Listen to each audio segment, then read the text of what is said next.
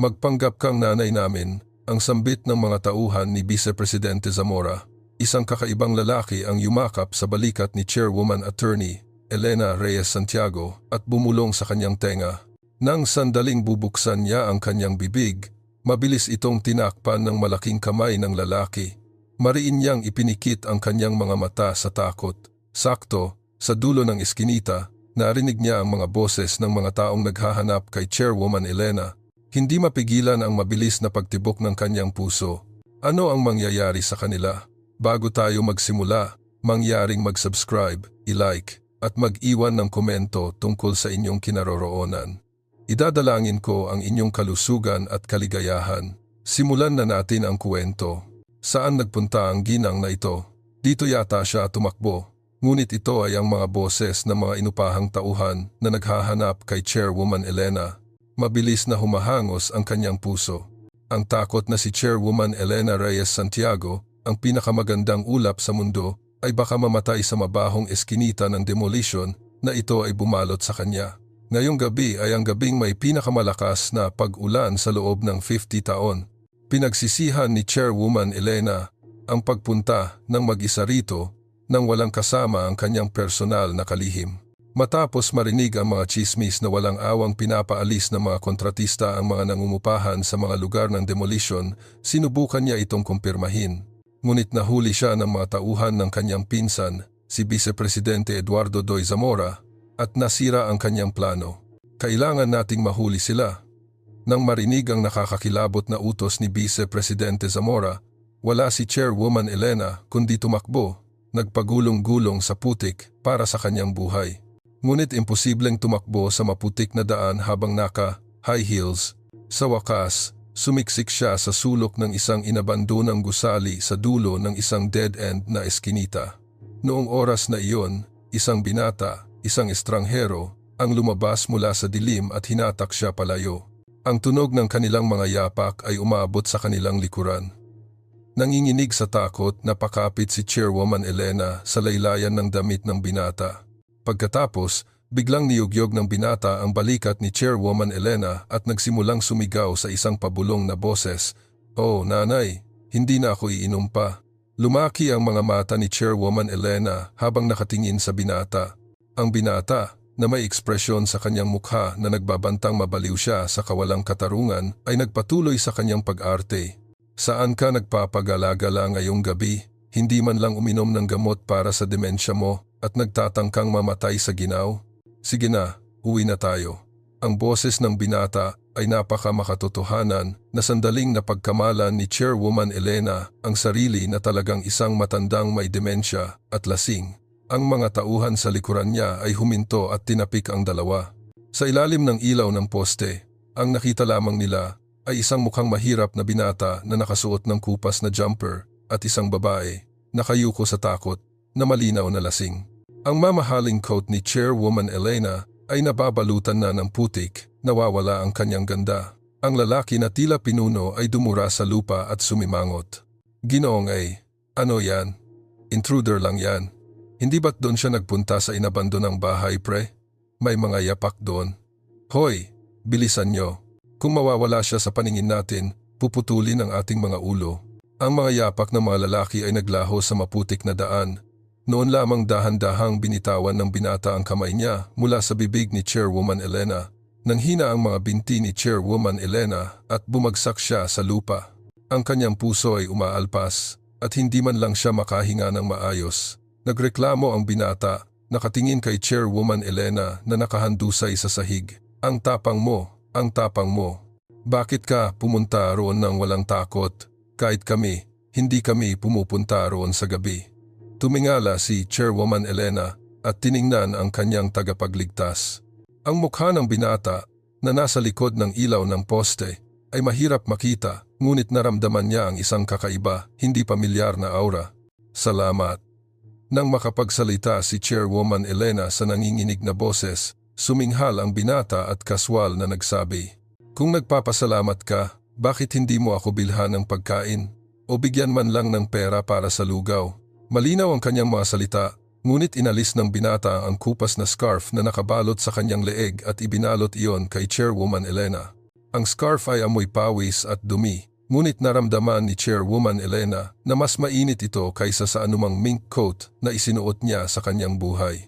Kaya mo bang tumayo? Mamamatay ako sa ginaw kung mananatili ako rito. Iniabot ng binata ang isang magaspang, malaking kamay. Si Chairwoman Elena na nabighani ay kinuha ito. Sa gitna ng demolisyon, isang malamig na bagyo ang umiikot, ang tadhana ng chairwoman ng pinakamataas na business group sa Pilipinas at ang binata mula sa isang mahirap na pamilya na walang matutuluyan ay itinali ng iisang magaspang na haplos na iyon. Manang, gumising ka. Kung mananatili ka rito, mawawala talaga ang boses mo. Tank Pro. Magaspang na hinawakan ng binata ang braso ni Chairwoman Elena na nakaupo roon at tulala. Siya ay tumayo ng may pag-aalinlangan, nadapa tulad ng isang hangal. Ang kanyang mga bukong-bukong ay nangangati, ngunit ang ginaw na tumagos sa kanyang mga buto ay nagpatigil sa kanya na maramdaman ang anumang sakit. Saan tayo pupunta? Hirap na naitanong ni Chairwoman Elena sa nanginginig na labi. Ngunit ang binata ay naglakad lamang, nagtutulak sa bagyo nang hindi sumasagot. Dumating sila, naglalakad sa putik na abot-tuhod, sa isang lumang container van sa dulo ng lugar ng demolisyon. Ang container van na namumula sa kalawang ay tila babagsak anumang oras sa bigat ng ulan. Ito ay sira-sira, ngunit ano ang magagawa niya? Ito ay hindi hotel suite, ngunit mas mabuti ito kaysa mamatay sa ginaw. Umihip ang binata at binuksan ang matigas na iron doorknob. Nang bumukas ang pinto na may nakakakilabot na klang, isang matapang na amoy at malamig na hangin ang lumabas. Nag-alinlangan si Chairwoman Elena, hindi makapasok. Dahil ginugol niya ang kanyang buong buhay sa paglalakad sa mga marble floor, ang espasyo na tulad ng hawla na ito ay isang shock sa kanyang sarili. Ano ang ginagawa mo? Magiging snowman ka ba sa labas? Pumasok ka na ng mabilis. Sa pagtulak ng binata, sumigaw si Chairwoman Elena sa loob ng container van. Sa sanay na mga daliri, hinawakan niya ang dingding at binuksan ang switch. Crack! Ang lumang radiator na nakasabit sa kisame ay kumikislap, pagkatapos ay nagbigay ng mahinang kulay kahel na liwanag. Ang dilim ay naglaho, inihayag ang masikip na loob ng container van. Isang matres na halos kasya sa isang tao, isang gusot na kerosene heater at kupas na damit pang trabaho na nakasabit sa dingding. Iyon lang ang mayroon ang binata sa kanyang mundo. Nalulumbay, inikot ni Chairwoman Elena ang kanyang ulo at tiningnan ng binata na nagtatanggal ng kanyang basang coat. At iyon na, wow, talagang malamig. Ayos ka lang ba, ginang? Binalik ng binata ang kanyang basang buhok at inikot ang kanyang ulo ng matalim na kaharap kay Chairwoman Elena ng direkta. Lumubog ang puso ni Chairwoman Elena. Siya ay nanigas, bukas ang kanyang bibig, na tila nakalimutan niya kung paano huminga. Ang mukha ng binata, na kumikinang sa kulay kahel na ilaw ng bumbilya, ang kanyang makapal, defined na kilay, ang kanyang matigas, matuwid na ilong, at ang kanyang mga mata na bahagyang kurbada kapag siya ay ngumingiti. Ito ay nakakatakot na katulad ng mukha ng kanyang asawa, si Marco Santiago, na bumalik mula sa isang aksidente sa kotse. 25 taon na ang nakakaraan, isang malamig, bamboo sword. Honey. Isang ungol ang lumabas sa labi ni Chairwoman Elena, isang ungol ng kalokohan. Hindi ito maaaring mangyari. Kahit gaano sila magkatulad, hindi sila maaaring maging ganito. Naramdaman ni Chairwoman Elena ang isang pang ng takot, na tila ang kanyang asawa ay lumitaw sa harap niya sa isang time machine mula sa kanyang kabataan. Kinuskos ng binata ang kanyang ilong nang nahihiya at numiti habang tinititigan siya ni Chairwoman Elena. Ginang, bakit mo ako tinititigan ng ganito? Gwapo ako, hindi ba? Mas maganda kung huhugasan ko ito, aniya, ang kanyang chiki na tono, ang kanyang ugali na kuskusin ang kanyang ilong kapag siya ay nahihiya. At nang hina ang mga binti ni Chairwoman Elena at bumagsak siya sa sahig. Oh, Ginang, ano ang problema? Masakit ba? Tumakbo ang binata ng may pagtataka at inalalayan ang balikat ni Chairwoman Elena. Ang binata na lumapit ay amoy lupa, pawis at isang kakaibang nostalgic na amoy ng laman. Nanginginig ang mga kamay ni Chairwoman Elena. Gusto kong hawakan ang pisngi ng binata, ngunit hindi ko magawa. Hindi. Medyo naiinis lang ako. Siguro sobrang shocked ako kanina kaya nawala ang lahat ng aking enerhiya. Maghintay ka lang sandali. Inupo ng binata si Chairwoman Elena sa mattress at sinindihan ang stone skewers sa sulok. Isang pulang init ang nagsimulang lumabas, kasama ang matapang na amoy ng kerosene. Naglagay ang binata ng isang silver kettle sa skewers at nagsimulang maghalungkat sa kanyang mga bulsa. Kainin mo ito. Iniipon ko ito para sa hapunan, ngunit ibibigay ko ito sa iyo, ginang. Iniabot ng binata ang isang gusot na supot ng papel. Sa loob ay may 2 basang, malamig na lugaw o pandesal. Ang chairwoman ng kilalang Haring Araw Group na tumatanggap ng malamig na lugaw mula sa isang street vendor. Karaniwan, ito ay hindi maganda. Ngunit tinanggap ni Chairwoman Elena ang lugaw na may nanginginig na mga kamay. Kainin mo. Baka hindi masarap dahil malamig, ngunit bubusugin ka nito. Hindi ba't kumakain ng ganitong bagay ang mga mayayaman? Sabi ng binata, ang kanyang kamay ay natunaw at itinapon ito sa tabi. Kumagat si Chairwoman Elena sa lugaw. Ang malamig, sirang ginto ay kumalat sa kanyang bibig, ngunit kakaiba, nang sandaling dumaan ito sa kanyang lalamunan, naging isang mainit na bukol ito at tumama sa kanyang puso. Masarap, hindi ba? Ang matandang babae sa food stall sa kanto roon ay kahanga-hanga sa red bean paste. Ngumunguya si Chairwoman Elena ng lugaw at palihim na pinunasan ang kanyang luha. Ang katotohanan na ang mahirap na binata na ito, na kamukha ng kanyang namatay na asawa, ay nagbigay ng kanyang hapunan, na kanyang lahat, ay nagdudulot ng rift sa nagyayelong puso ni Chairwoman Elena.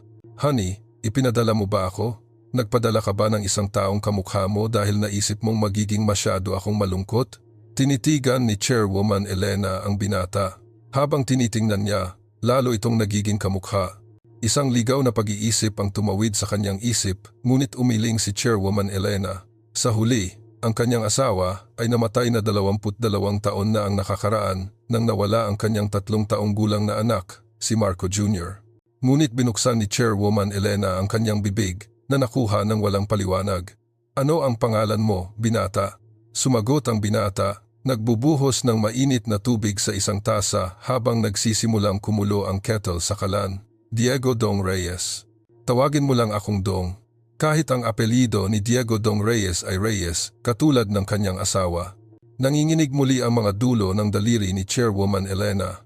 Bahagyang ngumiti si Dong habang iniabot niya kay Chairwoman Elena ang tasa na puno ng mainit na tubig. Ano ang pangalan mo, ginang? Mukha kang maganda, maayos na asawa. Ano ang ginagawa ng mga anak mo at bakit ka nag-iisa sa mapanganib na lugar na ito? Mga anak, ang salitang iyon ay tumusok sa puso ni Chairwoman Elena. Walang anak. Nawala sila sa akin matagal na. Ang ekspresyon ni Dong ay tumigas sandali sa malungkot na sagot ni Chairwoman Elena pagkatapos ay isang mapait na ngiti ang nabuo. Nakikita ko, ito ay ang kabaligtaran para sa akin. Nawala ang aking mga magulang. Ngunit hindi ko alam kung ako ay inabandona o nawala, ngunit ako ay isang ulila. Nagkibit balikat si Dong, nagpapanggap na walang pakialam, ngunit ang kalungkutan sa kanyang mga mata ay hindi maitago.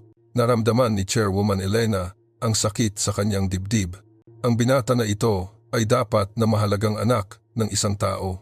Paano siya nabubuhay sa isang napakahirap na lugar? Ito ay noong oras na iyon. Si Dong, na nakaramdam ng pagkailang sa kanyang basang pantalon, ay sumimangot at tumayo. Basa sila. Ginang, isasabit ko ang mga pantalon na iyon para matuyo. Tingnan mo sa ibang lugar, wala silang slit. Nagbiro si Dong at nagsimulang roll up ang laylayan ng kanyang basang pantalon pang trabaho.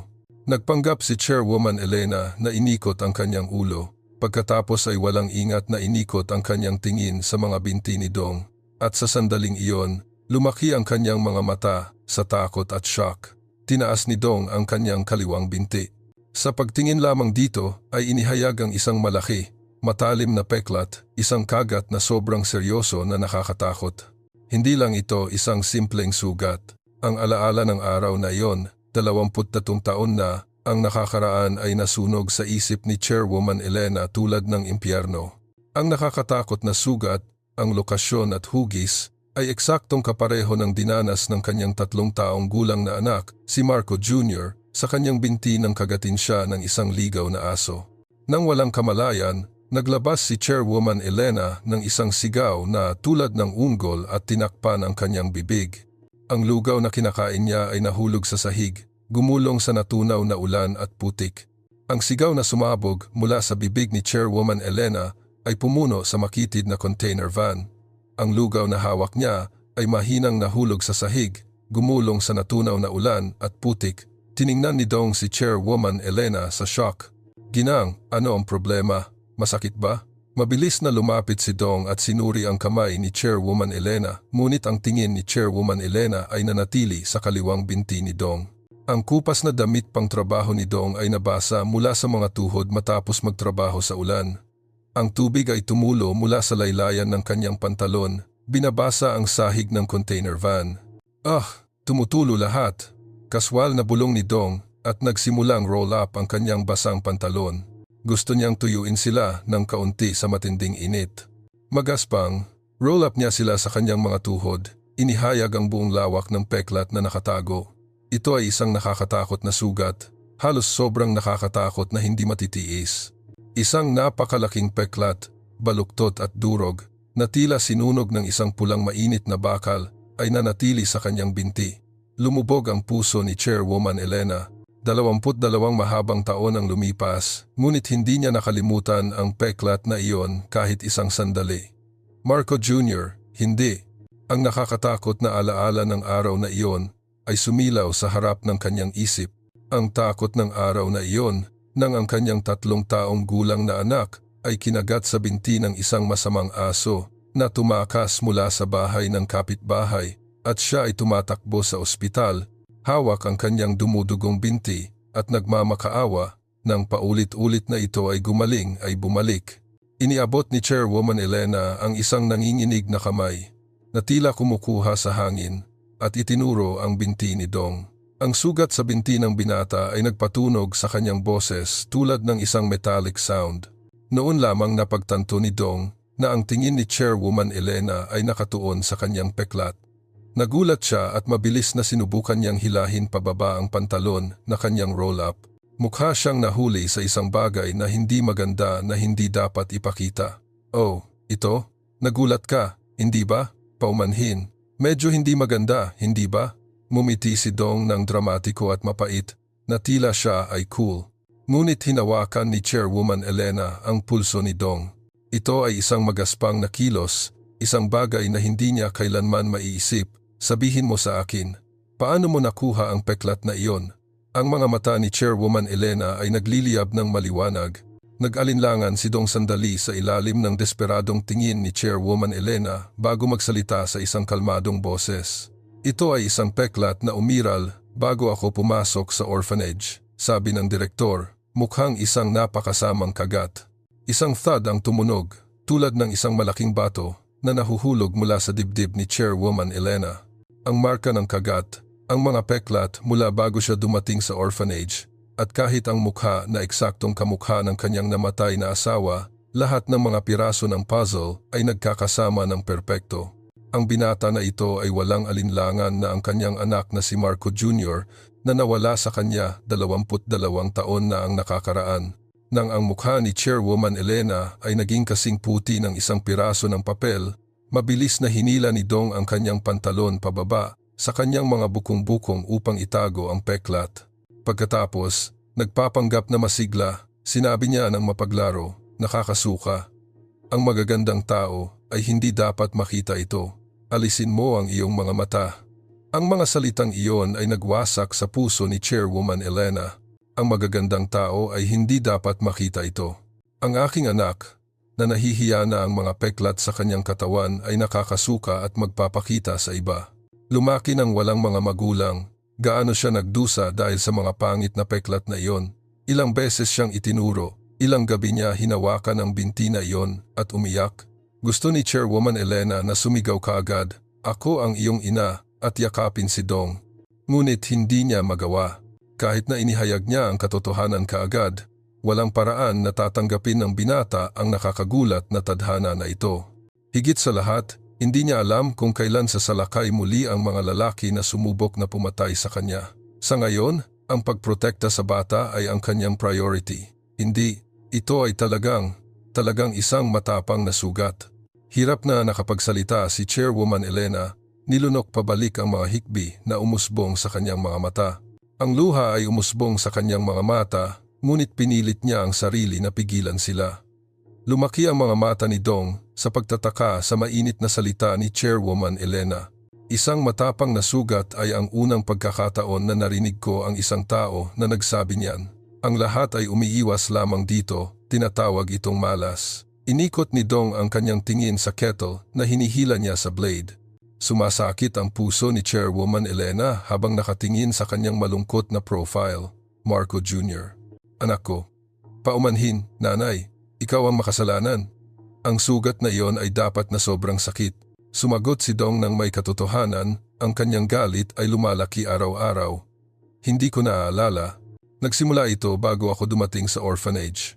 Sa isang mapait na ngiti, idinagdag niya, nang bata pa ako, tinukso ako ng mga bata. May monster legs ako, kaya hindi man lang ako makasuot ng shorts. Hindi ko alam kung sino ang nag-abandona sa akin, ngunit sila ay labis na malupit. Ang kanyang kalmadong tono ay nagpunit sa puso ni Chairwoman Elena. Ang katotohanan na nabuhay siya sa kanyang buong buhay na pakiramdam na isang makasalanan, iniisip na ang kanyang mahalagang anak ay inabandona dahil nawala niya ito ay lubos na mapanghimagsik. Nilunok pabalik ang mga luha na nagbabantang sumabog, maingat na binago ni Chairwoman Elena ang paksa. Ang binata roon ay mukhang sobrang fit. Nag-ehersisyo ka ba? Ang mga mata ni Dong ay kumikinang sandali, ngunit pagkatapos ay isang malalim na anino ang nahulog sa kanya. Naghalungkat siya sa isang lumang bag na iningatan niya sa isang sulok, kinuha ang isang litrato na basang-basa ng ulan at ipinakita ito kay Chairwoman Elena. Sa larawan, si Dong ay nakasuot ng uniforme ng taekwondo at ngumiti ng galit sa mukha ng isang batang nanalo ng gold medal. Ako talaga ay isang atleta ng taekwondo. Medyo matagumpay ako. Pumunta siya sa national competition, nanalo ng medal, at nagkaroon pa ng pagkakataon na kumatawan sa bansa. Tinanggap ni Chairwoman Elena ang mapagmataas na imahe ng kanyang anak sa larawan na may nanginginig na mga kamay. Paano natapos ang ganoong maliwanag at masiglang bata sa isang demolition zone sa isang lugar ng demolisyon at bakit siya umalis? Sa ganoong talento, si Dong, sa nakakaawa na tanong ni Chairwoman Elena, ay ibinalik ang larawan ng malalim sa kanyang bag at naglabas ng isang mahabang buntong hininga. Ito ay noong siya ay isang senior sa mataas na paaralan. Nagkaroon siya ng ilang problema. Tinitigan ni Dong ang mga fireworks araw-araw at nagsimulang alalahanin ang masakit na alaala. May isang babae mula sa parehong paaralan. Kami ay tulad ng magkakapatid o higit pa. Isang mahinang ngiti ang sumilaw sa mukha ni Dong sandali. Pagkatapos ay naglaho. Ngunit pagkatapos, isang mayaman na bata mula sa parehong paaralan, ang anak ng isang mayaman na pamilya, ay nagustuhan siya at hinabol siya. Sinubukan niyang pilitin siyang manatili sa kanya nang tumanggi siya at kinuyom ni Dong ang kanyang mga kamao. Isang araw, nakita ko siyang hinihila ang isang babae sa isang walang laman na silid-aralan. Ang aking mga mata ay umikot. Ang lahat ng naiisip ko ay ang iligtas siya. Nagkaroon ba ng away? Hindi man lang ito away. Pinigilan ko siyang sampalin ng babae sa mukha. Pagkatapos ay itinulak ko siya palayo at huminga si Dong sa pagkadismaya. Nahulog siya na bali ang kanyang braso. Sa lahat ng bagay, ito ay isang komplikadong bali o isang bagay na tulad niyon. Pinigilan ni Chairwoman Elena ang kanyang hininga at nakinig ng maigi sa kuwento ni Dong. Isang masamang pakiramdam ang nagsimulang gumapang sa kanyang isip. Ang pamilya ng lalaking iyon ay medyo mayaman. Nagtatalo siya na tumanggi siyang bayaran ang multa. Hinihingi niya ang 10 milyong piso sa kabayaran para sa mga gastusin sa medikal at paano ako, isang ulila, magkakaroon ng pera, kaya't hindi kami nakarating sa isang settlement. Ngunit alam mo ba kung ano ang mas nakakagulat? Tumingin si Dong sa kanyang mga kamay at nagsalita sa nanginginig na boses. Ako ay isang atleta ng taekwondo. Ang mga kamay at paa ng isang atleta ay tulad ng mga sandata. Kaya't hindi ito simpleng assault, ito ay special assault o isang bagay na tulad niyon. Ako ay pinarusahan ng isang aggravated penalty. Oo. Ano ang sinabi mo? Si Chairwoman Elena ay walang imik tulala.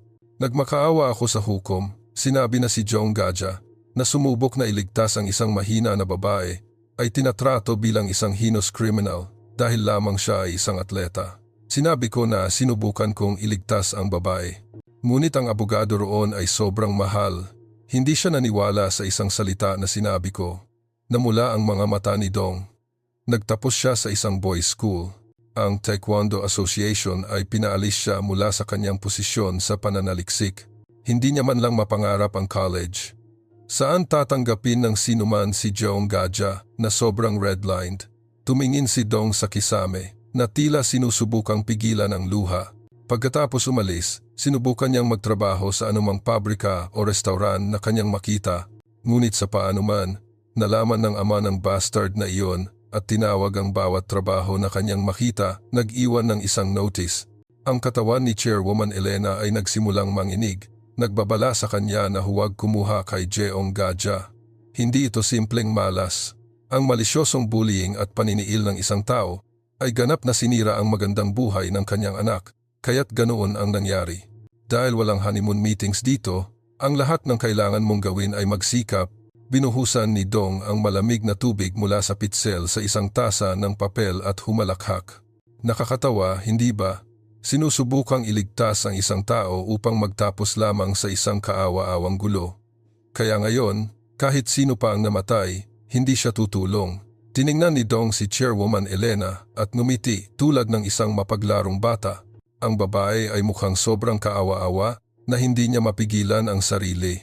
Ang tanga ko. Hindi na matiis ni Chairwoman Elena.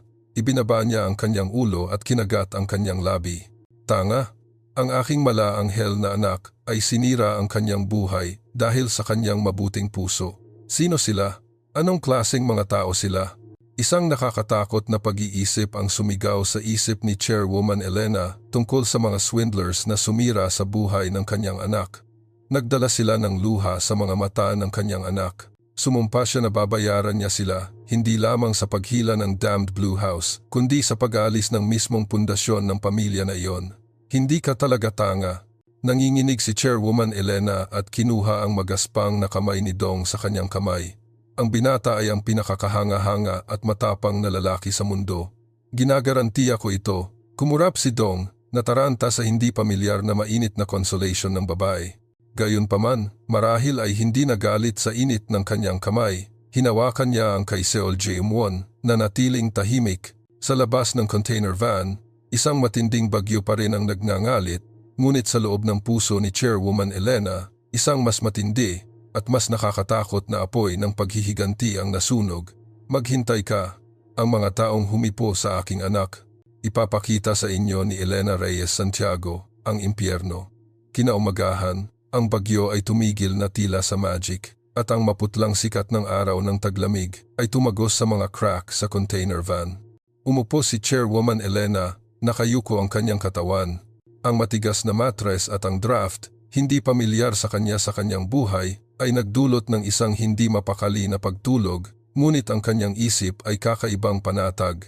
Gising na si Dong, naglilinis ng ulan sa labas. Ang tunog ng isang sweeping brush ay naririnig. Sakto nang kinukuha ni Chairwoman Elena ang kanyang coat at patungo sa labas, isang malinaw, dalisay na boses ng babae ang nagmula sa labas.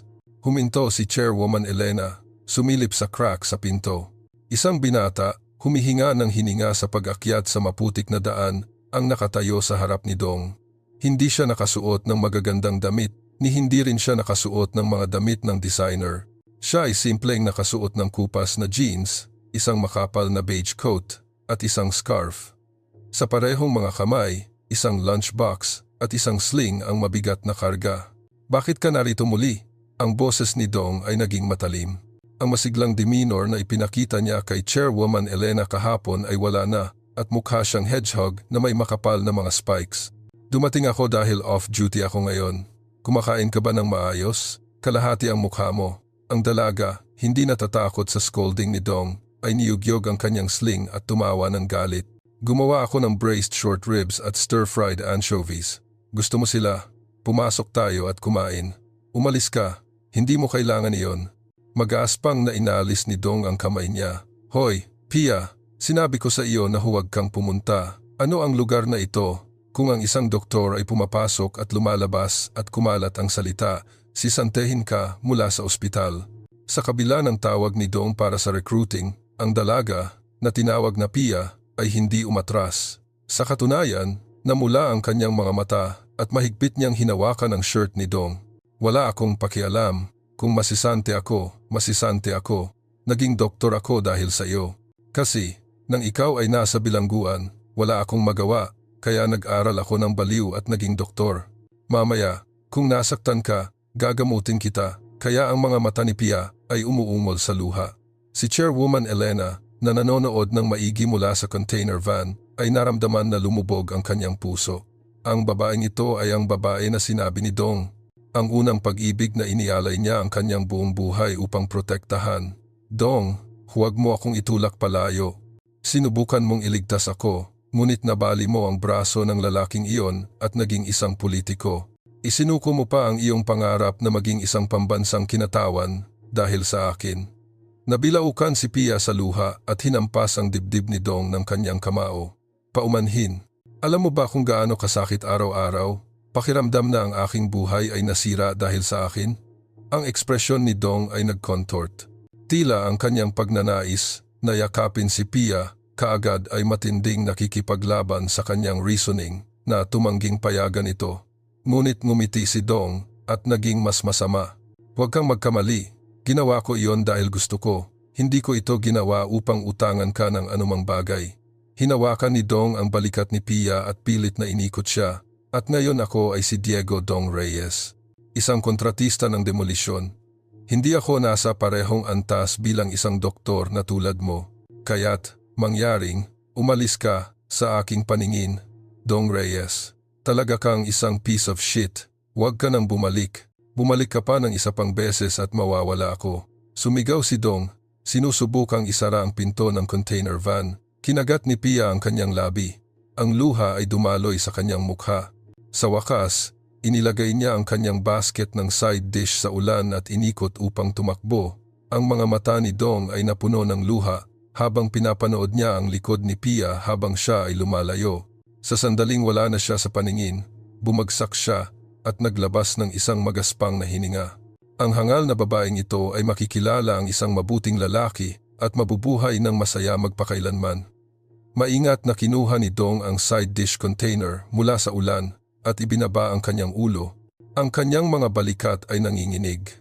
Binuksan ni Chairwoman Elena ang pinto at dahan-dahang lumabas. Nagulat sa presensya. Mabilis na pinunasan ni Dong ang kanyang luha at tumayo. "Oh, Ginang, gising ka na? Maingay, hindi ba?" "Wala lang." Sinubukan ni Dong na ngumiti ng kaswal, ngunit ang kanyang namamaga na mga mata ay hindi maitago. Lumapit si Chairwoman Elena at pinunasan ang ulan mula sa mga damit ni Dong. "Gusto mo ang babaeng iyon, hindi ba?" "Hindi, isa lang siyang classmate mula sa orphanage." Patuloy siyang sumusunod sa akin ng labis, itinapon ko siya. Nagreklamo si Dong, ngunit ang kanyang kamay na may hawak na lunchbox ay mahigpit na nakakuyom. "Binata? Iyon ba ang lalaki na sinabi ng babae na anak ng swindler na naging politiko ang binata?" Ang ekspresyon ni Dong ay tumigas sa magalang ngunit matalim na tanong ni Chairwoman Elena. "Oo, Rafa de la Cruz, ang anak ng isang prominenteng tao sa kapitbahayan. Ang anak ng isang direktor ng ospital o kahit ano paman. Isang pamilya na nilulutas ang lahat sa pamamagitan ng pera." Inikot ni Chairwoman Elena ang pangalan sa kanyang bibig. Isang malamig, nakakakilabot na aura ang bumalot sa kanya. Si Rafa, na naglakas loob na tapakan ang mga pangarap ng aking anak at itulak palayo ang babae na mahal ko. Tiningnan ni Chairwoman Elena ang malamig na lunchbox sa kamay ni Dong at sumumpa sa sarili. "Huwag kang mag-alala, ibabalik lahat ng nanay." Sumumpa siya na gagamitin ang lahat ng pera at kapangyarihan na taglay niya upang ibalik ang kanyang nawawalang mga pangarap, ang kanyang nawawalang pag-ibig, at ang kanyang hindi makatarungang ninakaw na karangalan. "Binata, tumigil ka na sa pagkain ngayon. Kung aalis ka, parurusahan ka, kahit na para lang sa debosyon ng dalagang iyon." Sabi ni Chairwoman Elena sa isang masiglang boses, pinamunuan si Dong. Ngunit isang maselan at brutal na plano ng paghihiganti ang nabubuo na sa kanyang ulo.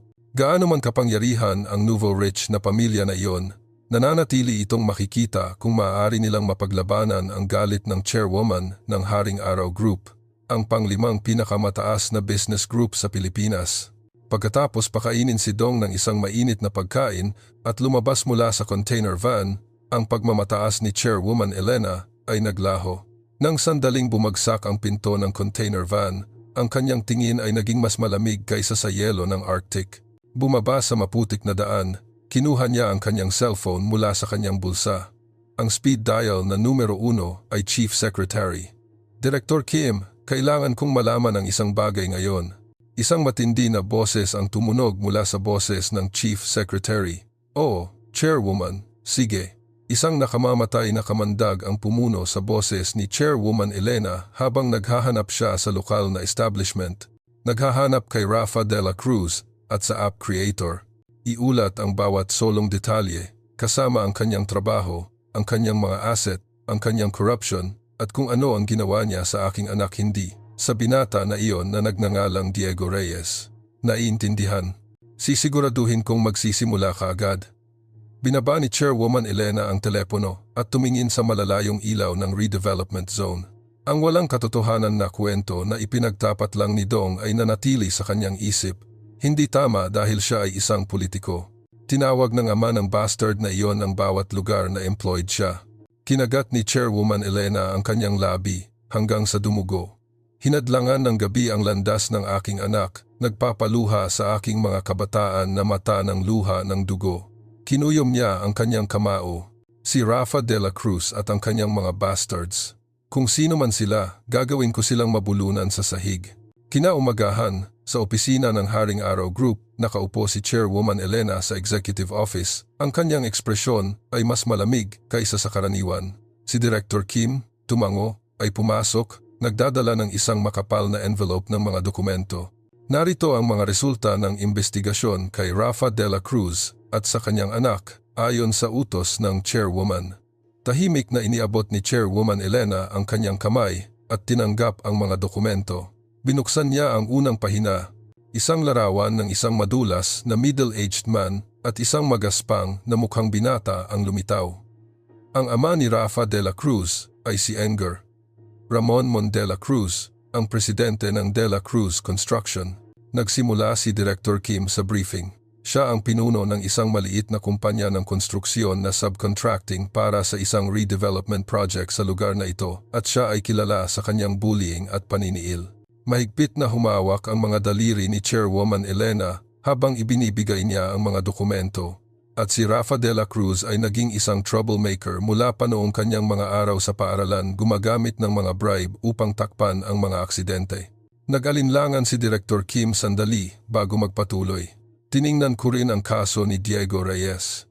Sinuway nila ang mga pahayag ng mga saksi, fabricating kung ano ang inaangkin nilang self-defense sa isang one-sided assault, hindi isang mutual assault. Fabrication? Oo. Kumuha sila ng isang abogado na may dating hukom, si Jong Guan, upang samantalahin ang background ng taekwondo ni Diego Reyes at tiyakin ang isang aggravated punishment. Inihagis ni Chairwoman Elena ang mga dokumento sa mesa. Nanginginig ang mga balikat ni Chairwoman Elena sa tumataas na galit sa mga lalaking iyon na mas masahol pa kaysa sa mga hayop. Siya ay nanginginig sa kanilang mga kalupitan, ginagamit ang kanilang pera at kapangyarihan upang ganap na sirain ang buhay ng isang binata, hindi ang kanyang sariling anak. Higit pa rito, kahit na matapos si Diego Reyes ay pinalaya mula sa bilangguan, pinilit ni Enger de la Cruz ang bawat pabrika na pinagtrabahuhan niya upang sisantehin siya. Habang nagpapatuloy si Director Kim sa kanyang report, ang ekspresyon ni Chairwoman Elena ay naging mas walang pakiramdam. Lumalapit na tayo. Ang matinding galit ay may posibilidad na magdala ng malamig na katahimikan. Director Kim, oo, Chairwoman, De La Cruz Construction. Mayroon ba kayong anumang negosyo sa aming group? Mabilis na naghanap si Director Kim sa kanyang tablet PC at tumango. Oo. Siya ay kasalukuyang namamahala sa subcontracting ng warehouse expansion project ng aming group at affiliate remodeling. 80% ng aming mga benta ay nagmumula sa aming group. Isang malamig na ngiti ang kumalat sa mukha ni Chairwoman Elena. Ito ay ang ngiti ng isang predator na nakaharap sa kanyang biktima.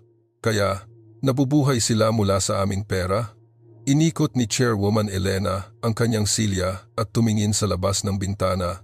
Ang tuktok ng isang skyscraper na tinatanaw ang downtown Maynila, ang mga worms na gumagapang sa lupa ay hindi man lang maiisip ang napakalaking kapangyarihan na taglay niya. Director Kim, tawagin ang pinuno ng legal team ngayon. Oo, sabihin mo sa kanila na i-highlight at sirain ang bawat contract sa De La Cruz Construction. Kung kahit isang spec ng alikabok ang makita, gagamitin nila iyon bilang isang dahilan upang tapusin ang contract at humingi ng kabayaran. Ngunit Chairwoman, kung ganoon ang kaso, wala akong pakialam kung ang konstruksyon ay huminto. Ang isang bahagyang pagkaantala ay ang pinakamahusay na bagay. Sumigaw si Chairwoman Elena. Hindi ko kayang makita kahit isang sentimo ng aking pera na napupunta sa mga sumira sa buhay ng aking anak, hindi sa buhay ng inosenteng binata. Yumuko si Director Kim ng malalim, nalulula sa masiglang demeanor ng Chairwoman. Aalalahanin ko iyon. At ano ang ginagawa ng bastard na si Rafa de la Cruz nitong mga araw? Naglalagay lamang siya ng kanyang pangalan sa kumpanya ng kanyang ama. Sinasayang ang kanyang pera sa libangan. Kamakailan, lumabas ang ebidensya ng kanyang pag-aabala sa pagsusugal. Tinapik ni Chairwoman Elena ang kanyang daliri sa mesa. Pagsusugal. Mabuti. Takpan din natin iyon. Ipinadala niya ito sa National Tax Service Commissioner at sa National Police Agency. Narinig ko na ang problema sa pagsusugal sa mga kabataan ay seryoso nitong mga araw. Hindi ba't dapat nating i-crackdown iyon? Aniya, sinusubukang maging banayad. Naiintindihan. Huwag mong hayaan na mukhang inutusan ko kayo na gawin ito. Dahan-dahan, dahan-dahan, bigyan sila ng hangin hanggang sa gumapang sila sa kanilang mga paa at magmakaawa. Ang tingin ni Chairwoman Elena ay malupit na malamig. Ito ay isang ekspresyon ng babae, isang refleksyon ng kanyang bakal na kalooban. Sa sandaling kumagat siya, hindi na bumibitaw. Pagkatapos umalis ni Director Kim, tiningnan muli ni Chairwoman Elena ang litrato ni Dong sa file. Sa larawan, si Dong ay nakasuot ng uniforme ng bilangguan, nakatingin ng diretsyo sa harapan na may mga mata na puno ng puot. Dong, maghintay ka lang sandali. Bulong ni Chairwoman Elena, hinaplos ang mukha ng kanyang anak sa larawan. Babayaran kita, tulad ng luha na ibinuhos ko. Hindi, gagawin kitang magbuhos ng 1,000, 10,000 beses na mas maraming luha ng dugo. Iyon ay noong ang direktang linya sa mesa ay tumunog ng malakas. Ang tumatawag ay si Vice Presidente Zamora. Tinitigan ni Chairwoman Elena ang telepono sandali, pagkatapos ay tumawa ng naaaliw at kinuha ang note. Hoy, Vice Presidente Zamora, ano ang nangyayari? Oh, Chairwoman, ayos ka lang ba? Narinig ko na maraming chismis ang kumakalat sa redevelopment area nitong mga nakaraang araw, kaya nag-aalala ako kaya tumawag ako. Ang boses ni Vice Presidente Zamora ay madulas at tuso. Kumalabog ang kilay ni Chairwoman Elena. Nagsisimula ka na sa pagrereklamo. Nag-aalala? Natapos mo na ang pag-aalala tungkol sa akin at sisikat ang araw sa kanluran. Lumabas lang ako para magpahangin. Hoy, sobrang mapanganib ng lugar na iyon. Pupunta ka ba para magpahangin? Baka may nakatago kang treasure doon. Nag-aalala si Chairwoman Elena sa tuso, mapaglarong puna ni Director Choi. Nahulaan ba niya ang presensya ni Dong? Kalokohan. Sa wakas, ibinagsak ni Chairwoman Elena ang telepono. Ang kanyang puso ay umaalpas. Malinaw na si Director Choi, tulad ng isang matandang fox, ay nakakuha ng balita ng sitwasyon. Si Dong ay nasa panganib. Tinawag muli ni Chairwoman Elena si Director Kim. Director Kim, agad na magtalaga ng isang security team. Panatilihin si Diego Reyes sa ilalim ng 24 oras na pagbabantay at maging handa na i-rip off ang buong team kung kahit isang buhok ay nasaktan. Si Jechil Hua, Executive Director's Office ng Haring Araw Group, sumimangot si Vice Presidente Zamora sa mga larawan sa kanyang mesa. Ito ay mga larawan ng kamakailang mga aktibidad ni Chairwoman Elena, palihim na kinuha ni Shinbok. Sinampal ni Director Choi ang mga larawan at nagtanong, ang Chairwoman ay bumibisita sa tent ng binata na ito gabi-gabi. Oo sir, nagbalot ka pa ng mga lunch at bumili ng mga damit. Ikaw ay hindi ka panipaniwala na maalalahanin. Sobrang nagulat ako. Halos nagdelirio ako.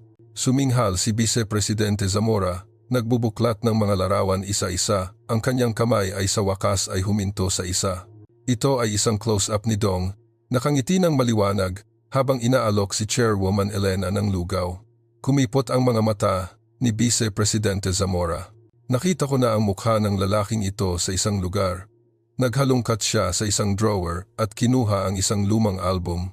Ito ay isang larawan na kinuha 25 taon na ang nakakaraan sa libing ng asawa ni Chairwoman Elena, si Presidente Marco Santiago. Gumamit pa si Vice Presidente Zamora ng magnifying glass upang tumingin pabalik-balik sa Marco Santiago sa larawan at ang Diego Reyes sa kasalukuyan. Isang malamig na pawis ang tumakbo sa gulugod ni Vice Presidente Zamora. Ang makapal na kilay, ang ginaw, ang tingin sa kanyang mga mata, kahit ang paraan ng pagngiti niya sila ay magkapareho. Mukha siyang eksaktong tulad ng malas na bastard na si Marco Santiago. Tumalon si Vice Presidente Zamora. Ang anak ni Chairwoman Elena, si Marco Jr., na inudyukan niya at itinapon sa palengke 20 taon na ang nakakaraan, ay bumalik ng buhay.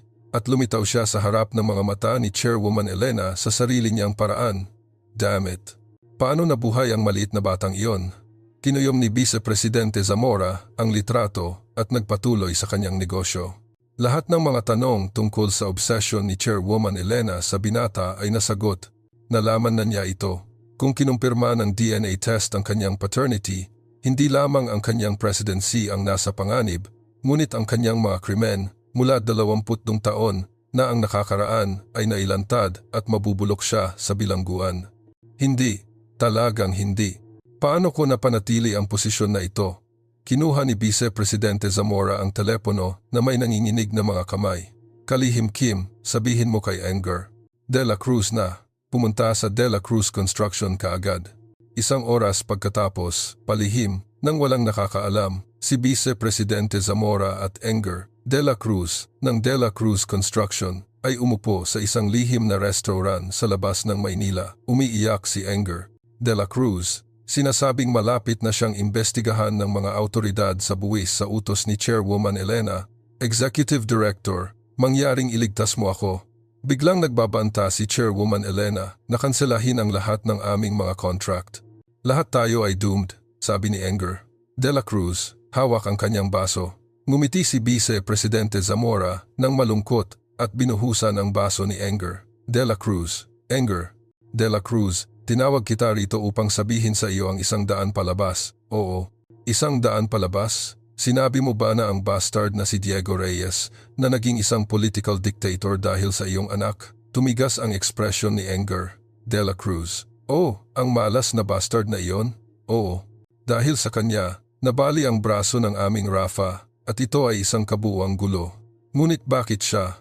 Ibinaba ni Vice Presidente Zamora ang kanyang boses at sumandal. Siya talaga ang nakatagong anak ni Chairwoman Elena. Oo, ano ang sinasabi mo? Hindi ba't nawawala ang anak ni Chairwoman Elena matagal na? Akala ko patay na siya, ngunit bumalik siyang buhay. At mayroon pa siyang eksaktong kapareho ng mukha ng asawa ni Chairwoman Elena. Hindi maisara ni Enger De La Cruz ang kanyang bibig. Ang bastard na si Diego Reyes na kanyang inaabuso ay talagang ang kahalili sa Haring Araw Group, ang pangunahing contractor. Ito ay isang bolt from the blue. Kaya hindi ba't patay na tayong lahat ngayon? Kung nalaman ni Chairwoman Elena na kami ay kanyang mga kaapu-apuhan, pababayaan ba niya kami? Nanginginig si Enger De La Cruz sa takot. Mahigpit na hinawakan ni Vice Presidente Zamora ang balikat ni Enger De La Cruz. Kaya, dapat tayong umatake muna. Seyo, ibig mong sabihin? Ang mga mata ni Vice Presidente Zamora ay kumislap tulad ng isang ahas. Ang lalaking iyon ay nagtatrabaho sa iyong construction site ngayon, hindi ba? Oo. Hindi ba't ang mga construction site ay likas na mapanganib na lugar? Isang ladrilyo ang maaaring mahulog o maaari akong makaligtaan ang aking hakbang at mahulog. Huminga ng malalim si Enger De La Cruz. Nalaman niya kung ano ang sinasabi ni Director Choi. Sinasabi mo ba sa akin na i-fake ang isang aksidente at patayin siya? Hinihiling niya sa akin na tulungan siyang magdulot ng isang hindi magandang aksidente. Kinuha ni Vice Presidente Zamora ang isang makapal na envelope mula sa kanyang bulsa at inilagay ito sa mesa. Malulutas nito ang bill na kailangan mong isara kaagad. At kung ang lahat ay magiging maayos, lahat ng mga subcontract ng konstruksyon ng Haring Araw Group ay ililipat sa De La Cruz Construction. Mahirap na nilunok ni Enger. De La Cruz. Isang wad ng pera ang nakahiga sa harap niya, isang alok na hindi niya matanggihan, at ang takot sa brutal na retaliation mula kay Chairwoman Elena at sa kanyang anak kung magpapatuloy ang mga bagay na ito. Ang kanyang mga mata ay nagsimulang kumislap sa kasakiman at pagpatay. Sigurado ka bang nanonood ka sa kanya? Siyempre, ako ang susunod na chairwoman. Sa isang solong salita mula sa akin, maaari kong takpan ang pulisya at ang prosecution. Nagtatag ang Vice Presidente Zamora sa isang boses na puno ng paniniwala, inubos ni Enger. De La Cruz ang kanyang baso na may nanginginig na mga kamay at tumango ng may determinasyon. Naiintindihan. Siya ay isang mabaho, marumi na langaw pa rin. Lilinisin ko siya. Mabuti, napakaganda, bukas ay pinakamahusay. Kailangan nating tapusin bago mapansin ni Chairwoman Elena at gumawa ng isang opisyal na anunsyo. Huwag kang mag-alala. Bukas, gagawin ko siyang magtrabaho sa pinakamataas na gusali sa demolition site. Kung mahuhulog ka mula roon, mababali ang iyong mga buto. Ang dalawang kontrabida ay ngumiti at nag-toast. Ang kanilang pagtawa ay pumuno sa madilim na silid. Ngunit hindi nila alam na nakaupo na si Chairwoman Elena sa tuktok nila, naglalagay ng isang trap upang sakalin sila. Kinaumagahan, sa redevelopment demolition site. Walang kamalayan sa anumang bagay, gising na si Dong mula pa noong madaling araw, nakasuot ng hard hat at naghahanda para sa trabaho. Dong, ngayon ay ang trabaho sa rooftop sa District 5. Gusto ka ng foreman doon? Sumagot si Dong sa kanyang kasamahan ng mabilis. Oo, naiintindihan ko. Inayos ni Dong ang kanyang mga safety shoes at tumingin sa dilapidated, inabandon ang gusali na umaabot sa kalangitan. Walang kamalayan na ito ay maaaring maging kanyang libingan. Tahimik na nagsimulang umakyat si Dong sa hagdan. Sa likuran niya, ang foreman na kinomisyon ni Enger. De La Cruz ay nakatingin sa kanya na may nakakakilabot na tingin. Mabubuhay ba si Dong sa malapit kamatayan na karanasan na ito? Dong, putulin ang steel tunnel sa dulo ng ikatlong palapag. Iyon ang huling resort. Ikinaway ng foreman sa pinakamapanganib na sulok ng gusali. Pinunasan ni Dong ang pawis mula sa kanyang mukha at tumango. Oo, naiintindihan ko. Si Dong, nakasuot ng mabigat na oxygen insulator, ay naglakad ng mapanganib sa steel framework ng inabandonang gusali. Ang precipice ay isang matarik na pagbagsak sa ibaba at ang alikabok mula sa concrete ay lumipad tulad ng snowflakes. Ngunit hindi nagreklamo si Dong. Ang pag-iisip na kung matatanggap niya ang kanyang suweldo ngayon, maaari siyang bumili ng ilang mainit na underwear para sa lugaw lady kahapon ay nagbigay sa kanya ng lakas. Kinumpirma ng foreman ang pagdating ni Dong sa lokasyon ng trabaho. Kinuha ang isang drill mula sa kanyang bulsa at bumulong ng malambing. Dumating na ang pay. Simula ng trabaho. Placed. Sa sandaling ibinigay ang signal na iyon, ang operator ng excavator na nakatago sa bubong ng gusali sa kabilang kalye ay hinila ang lever. Sa isang nakakabingi na thud, ang napakalaking bigat ng excavator ay bumagsak sa steel frame kung saan nakatayo si Dong. Nawala ang balanse ni Dong at nagulat. Ang frame ay yumuko at ang steel plate na kinatatayuan ni Dong ay tilted sa hangin. Sumigaw ang mga kasamahan ni Dong, ngunit huli na ang lahat. Bam! Ang kalawang na steel frames ay sumigaw at bumagsak tulad ng dominoes. Ang katawan ni Dong ay lumutang sa hangin, pagkatapos ay bumagsak ng 10 metro sa lupa, kasama ang mabigat na rebar. Bam! Isang nakakatakot na ulap ng alikabok ang tumaas, at ang eksena ay agad na naging isang eksena ng chaos. 4. Isang tao ang nakulong. Ngumiti ang foreman ng kapani-paniwala at sadyang nag-antala. Ang malas na siri na ito, lahat ay dapat umalis sa daan at lumayo. Nagplano siyang mag-stall para sa oras sa pamamagitan ng pagharang sa mga rescuers. Kung magpapatuloy ito, tiyak na mamamatay si Dong mula sa labis na pagdurugo o isang nakamamatay na pagbagsak. Ito ay noong oras na iyon. Umalis kayo sa daan, mga bastards. Sa pasukan sa construction site, 100 o higit pa na mga lalaki na nakasuot ng itim ang sumabog. Sila ay ang security team ni Choi Jong na itinalaga ni Chairwoman Elena upang bantayan si Dong. Magaspang nilang itinulak ang blankly standing foreman at tumalon sa gumuho na steel structure. Diego Reyes, magising ka, kunin mo ang ambulance dito, mabilis. Ang pinuno ng security team ay naghukay sa matalim na rebar at concrete fragments gamit ang kanyang mga kamay. Ang kanyang mga kamay ay napunit at dumudugo, ngunit hindi siya titigil. Sinabi ng chairwoman na hindi niya hahayaan na kahit isang buhok ay masaktan. Iligtas siya, anuman ang mangyari. Salamat sa kanilang desperadong rescue, ang katawan ni Dong ay inihayag sa itim na alikabok dumudugo ng labis. Ang kanyang hard hat ay napunit at pulang dugo ang bumubulwak mula sa kanyang noo, braso at binti. Si Dong ay umuungol sa sakit, nawawalan ng malay. Isang oras pagkatapos, ang automatic emergency room doors ng University Hospital ay sumabog at sumugod si Chairwoman Elena. Dong, ang binata, tumakbo si Chairwoman Elena na parang baliw. Hindi man lang napagtanto na isa sa kanyang sapatos ay natanggal. Ang nakakuha ng kanyang mata ay si Dong, nakahiga roon, bandaged sa lahat ng dako at nakasuot ng oxygen mask. Nakita ang mga puting sheets na babad sa pula ng dugo. Nanghina ang mga binti ni Chairwoman Elena at bumagsak siya sa sahig.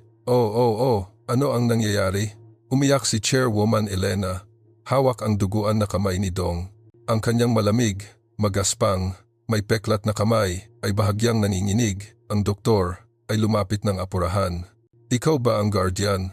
Ang kondisyon ng pasyente ay critical. Ang kanyang mga buto-buto ay fractured at tila nahawakan niya ang isang organ. Kailangan niya ng agarang operasyon. Mangyaring iligtas siya. Wala akong pakialam kung magkano ang gastos. Kung kailangan mong bilhin ang buong ospital na ito, bibilhin ko ito. Hinawakan ni Chairwoman Elena ang kamay ng doktor at nagmakaawa. Ang karaniwang cool na chairwoman ay wala na. Nag-iwan lamang ng imahe ng isang ina. Walang hanggan maliit sa harap ng buhay ng kanyang anak. Bahagyang binuksan ni Dong ang kanyang mga mata habang dinadala siya sa operating room. Ginang Dong, tawag niya kay Chairwoman Elena nang may kahirapan. Huwag kang magsalita. Nawawalan ako ng enerhiya. Pinunasan ni Chairwoman Elena ang dugo mula sa noo ni Dong at umiyak. Huwag kang maging tama. Ayos lang ako. Kahit na nakahiga siya na namamatay, bahagyang umiti si Dong. Nag-aalala tungkol kay Chairwoman Elena. Ang hangal na kabaitan na iyon ay nagpunit sa puso ni Chairwoman Elena. Paumanhin. Sinubukan niyang kumita ng pera sa pamamagitan ng pagbili ng lugaw, ngunit nahulog ang ulo ni Dong at nawalan siya ng malay. Hindi, Dong, magising ka. Ang pinto ng operating room ay nasira at isang pulang ilaw ang kumislap, nagpapahiwatig na ang operasyon ay isinasagawa. Naiwan si Chairwoman Elena sa hallway, tumingin sa kanyang duguan na mga kamay. Ito ay ang dugo ng aking anak, ang dugo ng aking anak na hindi ko nakita sa loob ng 22 taon. Ang luha ni Chairwoman Elena ay dahan-dahang natuyo. At sa kanilang lugar, isang matalim, tumutusok na palakol ang pumuno sa hangin. Dahan-dahan siyang tumayo mula sa kanyang upuan.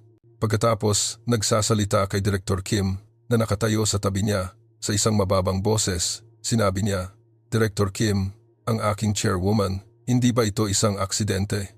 Sinubukan ng mga hayop na iyon na patayin ang aking anak. Ang nakamamatay na intent na nagmumula sa katawan ni Chairwoman Elena ay nagpatuloy kay Director Kim. Ang batang iyon nakakapasok lang ay ang aking anak, ang Marco Santiago Jr. na nawala sa akin 22 taon na ang nakakaraan. Lumaki ang mga mata ni Director Kim, nagpatuloy si Chairwoman Elena. Huhulihin namin ang bawat isa sa mga nasa eksena nang walang exception.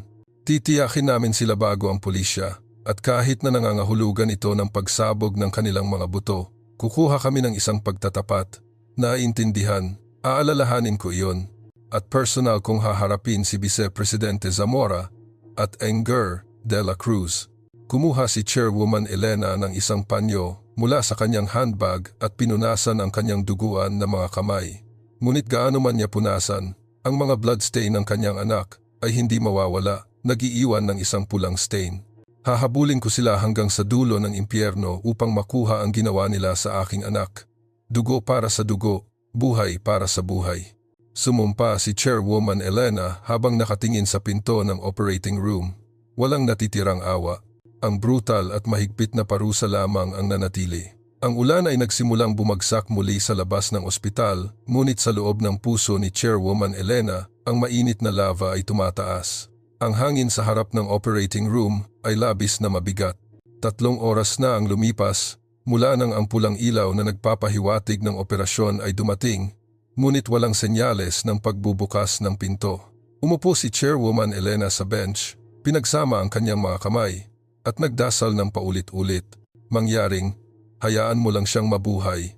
Mangyaring, hayaan mo akong yakapin ang aking anak kahit isang beses pa.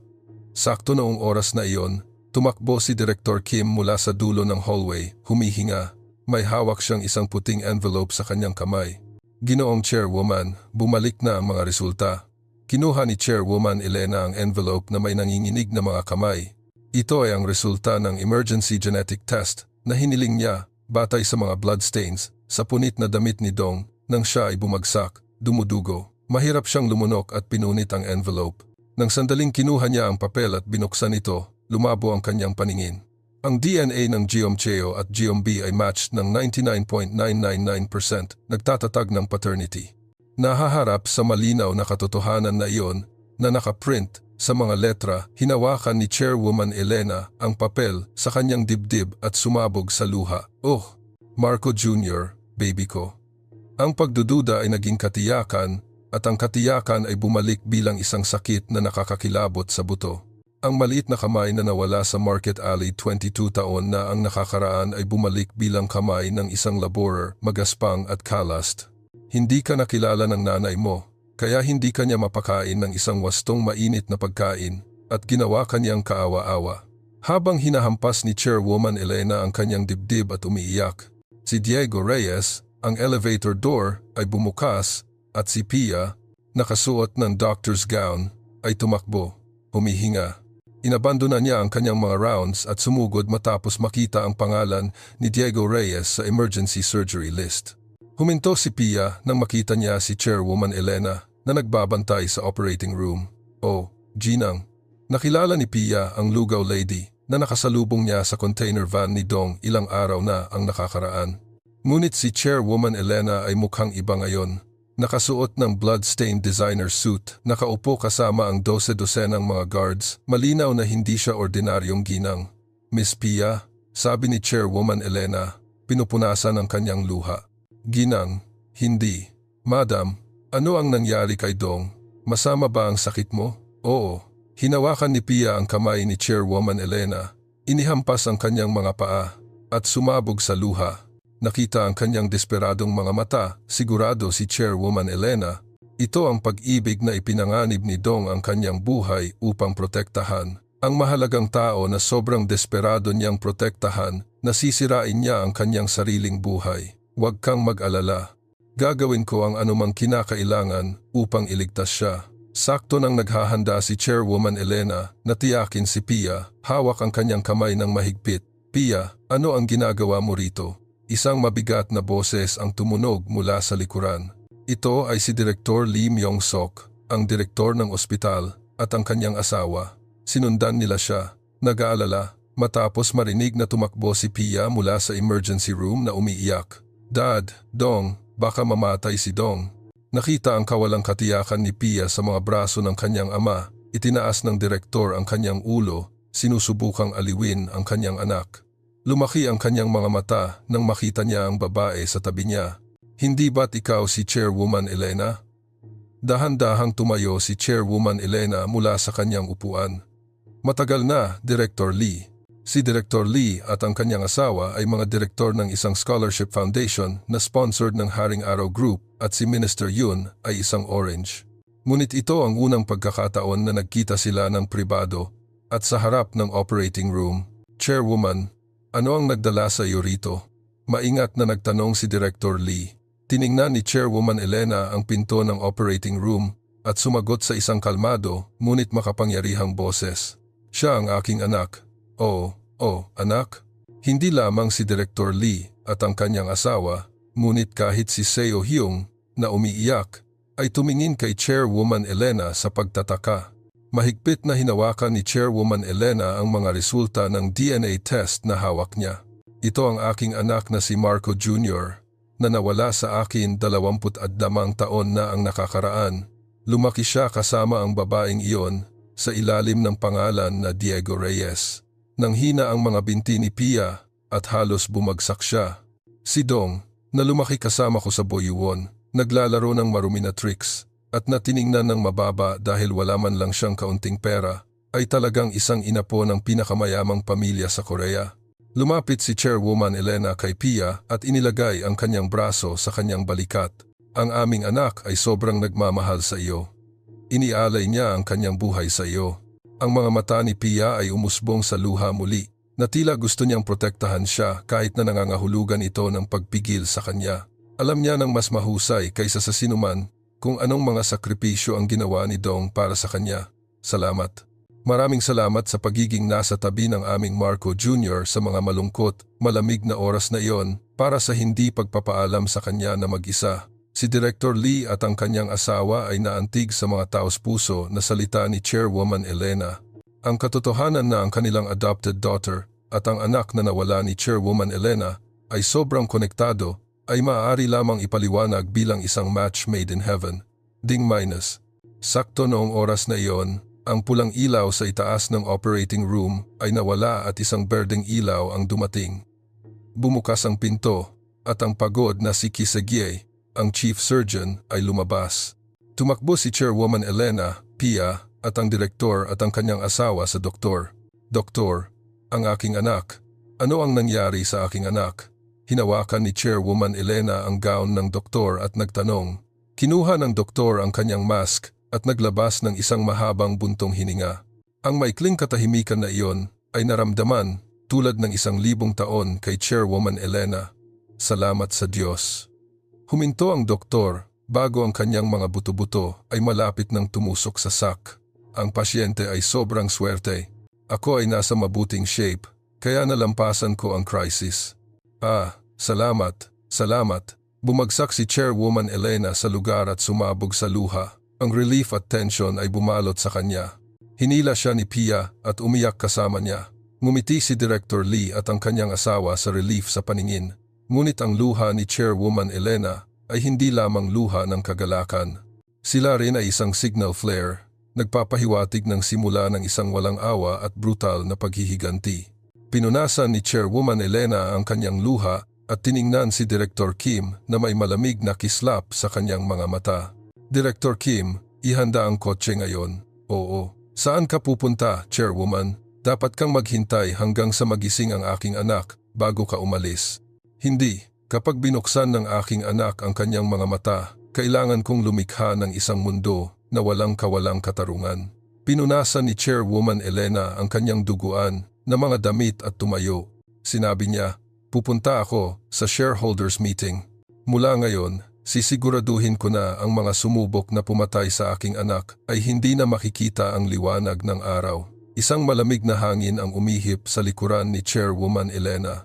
Ngayon, ito ay ang pagkakataon ni Director Choi, Anger, De La Cruz, at ang kanilang mga minions na magbuhos ng luha ng dugo pagkatapos ng ilang araw, Haring Araw Group. Ang conference room sa headquarters kung saan ginanap ang emergency shareholders meeting ay napuno ng isang mabigat na katahimikan at tension. Si Vice Presidente Zamora, nakatayo sa mesa, ay may hawak na microphone na may taimtim na ekspresyon, ngunit ang kanyang puso ay kumukulo sa kasakiman. Aking mga shareholders, nakatayo ako rito na may mabigat na puso, sabi ni Choi, nililinis ang kanyang lalamunan at nagpapatuloy sa kanyang talumpati. Nagsimula na. Si Chairwoman Elena Reyes Santiago ay kamakailan ay nagpapakita ng matinding kapansanan sa paghuhusga at emotional instability. Ang mga larawan ni Chairwoman Elena na bumibisita sa tent ni Dong sa redevelopment area ay ipinakita sa malaking screen sa conference room. Tingnan nyo, ang tinatawag na chairwoman na ito ay nagpapabaya sa mga gawain ng kumpanya at nakikipag-ugnayan sa isang kontratista ng demolisyon, nagsasayang ng mga company funds. Nagsimulang magbulungan ang mga shareholders. Ngumiti si Vice Presidente Zamora na may isang mapanlait na ngiti at kumindat kay Anger. De La Cruz, ng De La Cruz Construction, na nakaupo sa tabi niya. Biglang tumayo si Anger, De La Cruz, at namagitan. Ako ay isang saksi. Ang lalaking iyon mula sa Jeosan ay isang talagang masamang bastard. Ang chairwoman ay malinaw na nawawalan ng kanyang katinuan o sa halip ang kanyang paghuhusga at manipulated ng ganoong lalaki. Si Enger De La Cruz ay kumbinsido na namatay si Dong sa isang aksidente. Natanggap niya ang isang report mula sa isang foreman na nag-udyok ng insidente na nagsasabi na hinawakan niya ito ng may lubos na pangangalaga. Bukod pa rito, ilang araw na ang nakakaraan, ang lalaking iyon mula sa Jeosan ay nagdulot ng isang aksidente sa isang construction site, malubhang nasugatan siya, hindi patay. At gayon paman, handa si Chairwoman Elena na gumastos ng daan-daang milyong won sa kanyang mga medical bills. Sinampal ni Vice Presidente Zamora ang kanyang mesa at sumigaw, "Meron ba itong anumang kahulugan? Hindi na natin matitiis ang isang chairwoman na nagsasayang ng pinaghirapang pera ng mga shareholders dahil sa personal na obsession. Tama iyan. Ipasa na natin ang dismissal motion." Habang nagsimulang sumigaw ang mga swindlers na itinanim ni Vice Presidente Zamora, ang atmosphere ay agad na lumipat patungo sa dismissal ni Chairwoman Elena. Palihim na nagdiwang si Vice Presidente Zamora. "Tama na. Akin na ang Haring Araw Group ngayon. Elena Reyes Santiago, tapos ka na." Malapit na siyang magdeklara ng isang vote para sa dismissal, nalulula sa tagumpay. "Okay, i-vote natin ang meeting ni Chairwoman Elena Reyes Santiago." Bang, may news. Sakto noong oras na iyon, ang likod na pinto ng conference room ay bumukas ng may bang. Ang mga mata ng lahat ay nakuha sa pinto. Ang clatter ng heels ay umalingaw-ngaw sa buong hall. Ito ay si Chairwoman Elena Reyes Santiago. Lumakad siya, mas determinado at kumpiyansa kaysa sa karaniwan. Ang kanyang mga mata ay tumutusok sa isang tumutusok na tingin. Dose-dosen ang mga security guards ang bumuo ng isang landas sa likuran niya. Sino ang pinapayagan na ivote sa aking lugar? Ang malamig na rebuke ni Chairwoman Elena ay nagdulot ng mukha ni Vice Presidente Zamora na maging maputla. "Oh, Chairwoman, nasa ospital ka. Bakit mo naisip na shocked ako, babagsak, at hindi na babawi?" Lumakad si Chairwoman Elena sa mesa at tinitigan si Vice Presidente Zamora. "Sa mismong sandali na nagplano ang aking mga tauhan na patayin ang aking anak, nagtitipon ako ng ebidensya, hawak ang kanilang mga leashes. O, ang aking anak? Ano ang ibig mong sabihin?" Umusad si Vice Presidente Choi ng may pagkalito. Si Enger De La Cruz, pawis na tumutulo sa kanyang mukha, ay tumingin sa paligid. Tumingin si Chairwoman Elena sa paligid ng conference room at sumigaw sa isang mababang boses, "Mga shareholders, sobrang senila ako na nagbibigay ako ng pera ng kumpanya sa isang binata?" Suminghal si Chairwoman Elena, ang kanyang mga labi ay curling sa isang sneer. "Tingnan mo ng maigi. Sino ang sinusubukan kong protektahan?" Sa gesture ni Chairwoman Elena, isang wheelchair ang pumasok sa bukas na doorway. Si Pia, nakasuot ng puting doctor's gown, ay nagtutulak ng wheelchair at nakaupo dito ay si Dong, nakasuot ng suit jacket sa ibabaw ng kanyang patient's gown. Ang kanyang ulo ay bandaged at isang IV drip sa isang braso, ngunit ang kanyang mga mata ay buhay na may buhay. Sumigaw si Enger De La Cruz na tila nakakita siya ng isang ghost at nahulog mula sa kanyang silya. "Diego Reyes, bakit ako narito?" Nang hina ang mga binti ni Vice Presidente Zamora at hirap siyang kumapit sa podium. Buhay siya. Malinaw na nahulog siya mula sa ikatlong palapag, kasama ang steel bar. Ngunit nakita si Dong, buhay at maayos, na may malawak na bukas na mga mata, ay nagdulot ng kanyang tiyan na bumagsak. Nagpumilit si Dong na lumabas mula sa wheelchair. Sumakit ang kanyang mga buto-buto, ngunit ngumiti siya at tumayo sa sarili niyang mga paa. Pagkatapos ay kinuha niya ang microphone.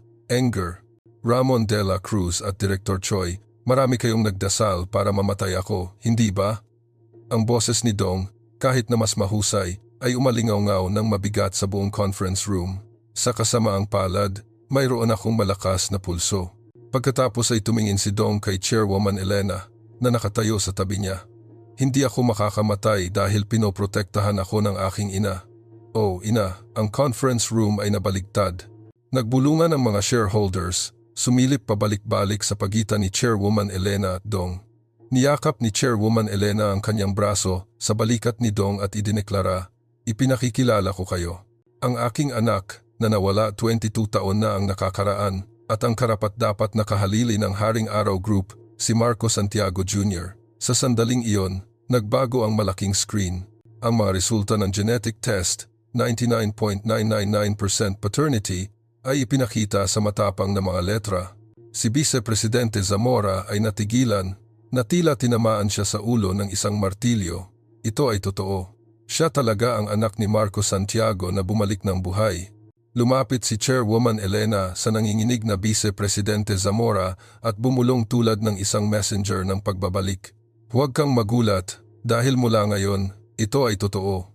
Ikinaway ni Chairwoman Elena muli at nagbago ang screen.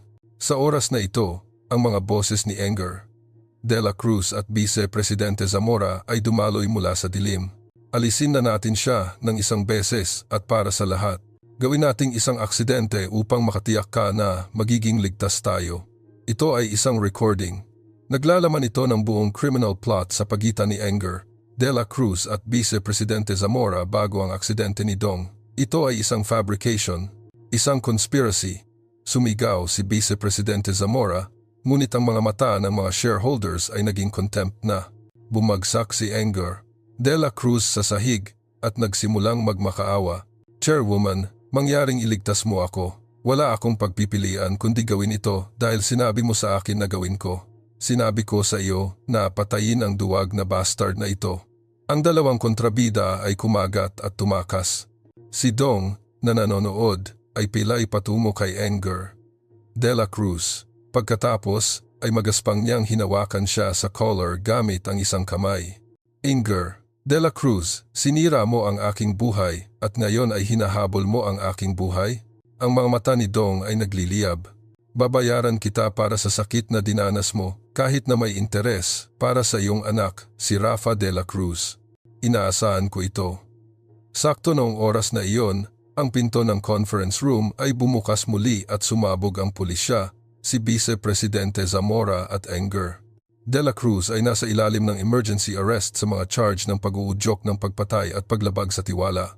Nang sandaling inilagay ang mga handcuffs, tinitigan ni Vice Presidente Zamora si Chairwoman Elena at sinumpa.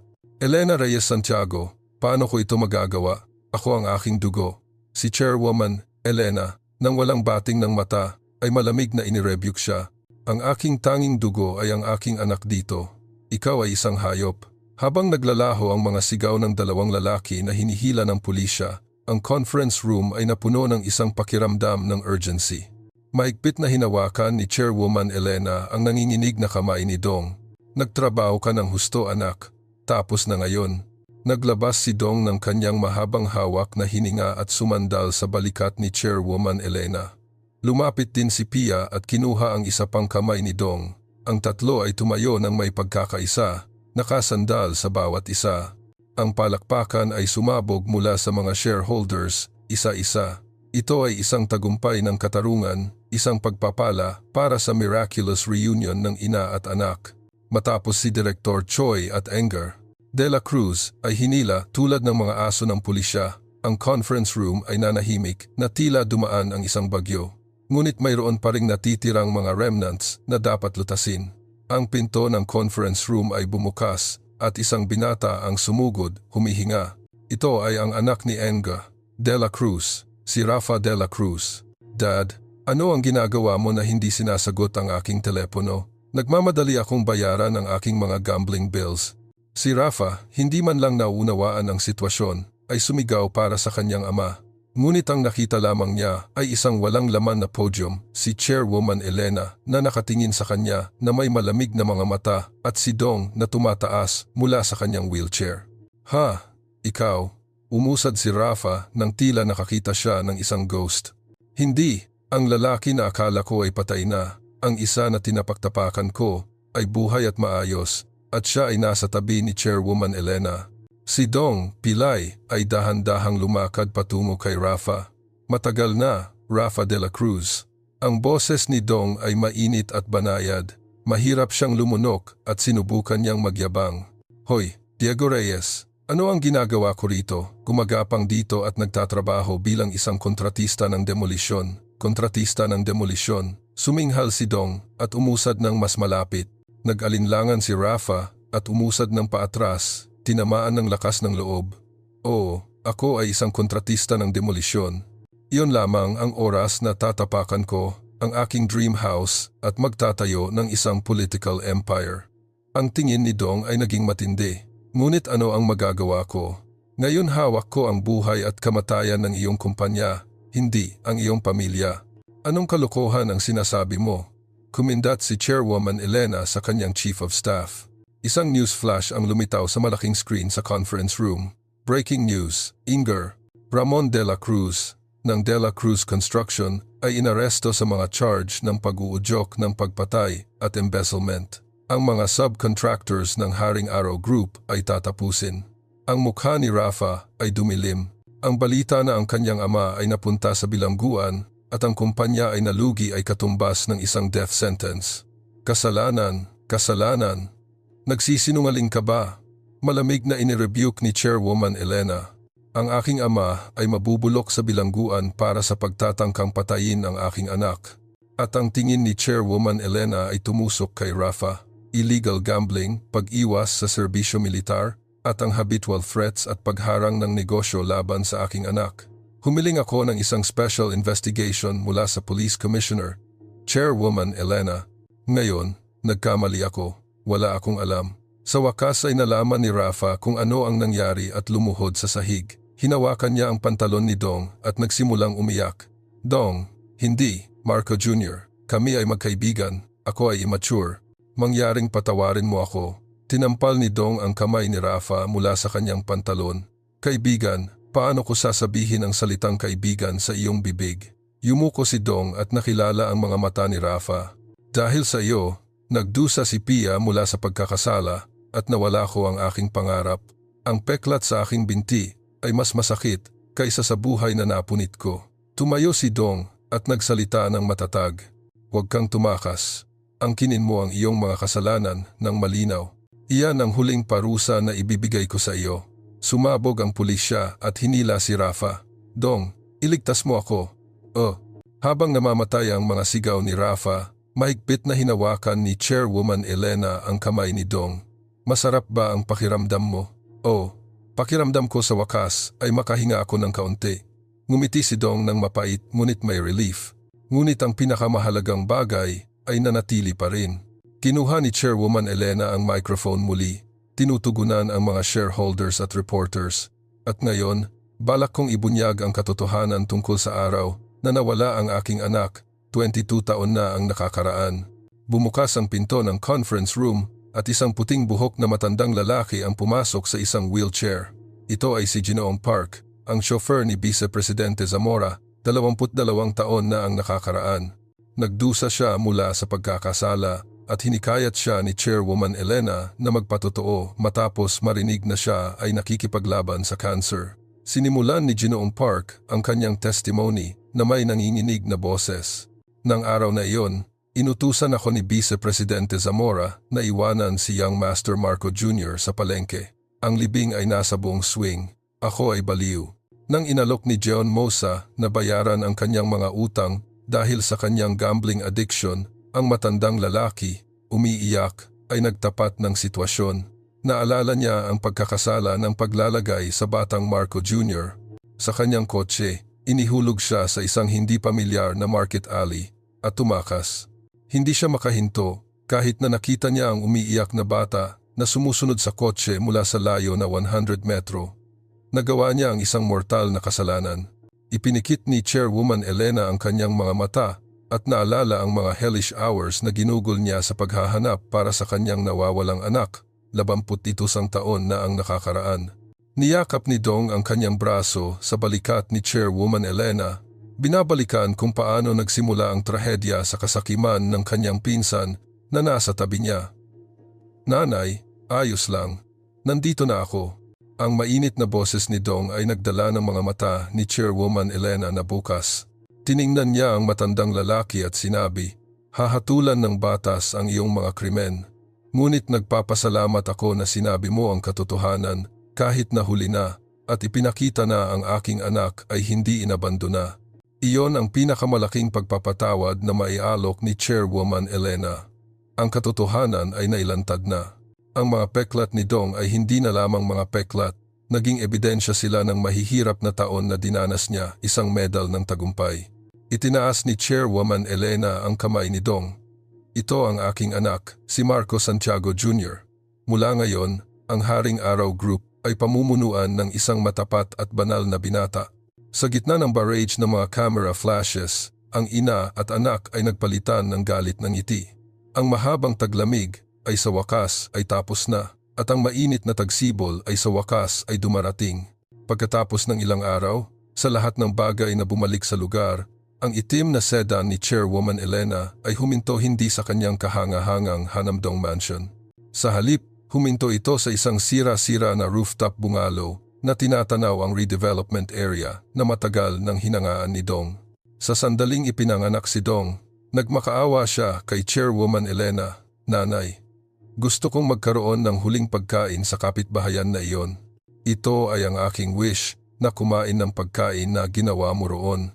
Madaling isinuot ni Chairwoman Elena ang kanyang apron at tinupad ang simpleng wish ng kanyang anak. Ang Chaebol chairman na ginugol ang kanyang buhay sa pagpapatakbo ng isang negosyo ay clumsily washed rice at nagluto ng seaweed soup sa maliit na rooftop kitchen. Ang masarap na aroma ng bubbling chestnuts at ang fragrant aroma ng sesame oil ay pumuno sa malamig na rooftop bun. Masiglang sumali si Pia, idinagdag, "Chairwoman, hindi.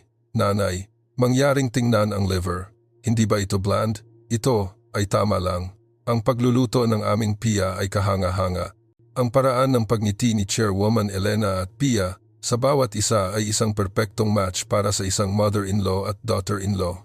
Pinanood sila ni Dong mula sa rooftop terrace. Parang panaginip, ang paningin ng pamilya, sobrang desperadong nawawala sa mga malamig, gutom na araw na iyon, ay nasa harap niya mismo. "Dong, kumain na tayo." Naglagay si Chairwoman Elena ng steaming rice at seaweed soup na may maraming poultry sa mesa. Umupo ang tatlo sa paligid ng bilog na mesa.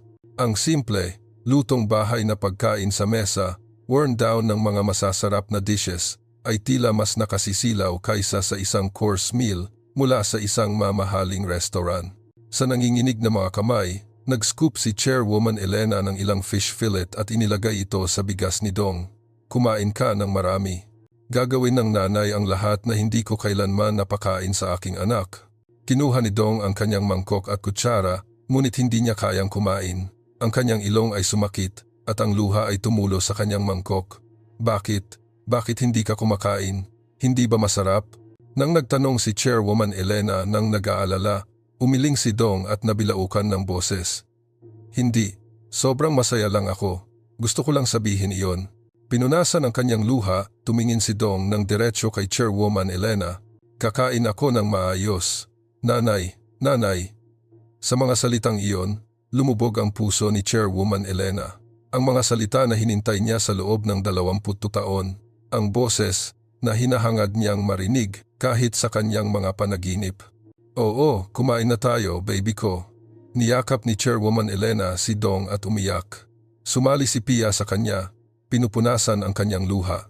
Sa labas, isang malakas na pag-ulan ang bumagsak tulad ng isang pagpapala, ngunit ang rooftop bar ay mas mainit kaysa sa anumang lugar sa mundo.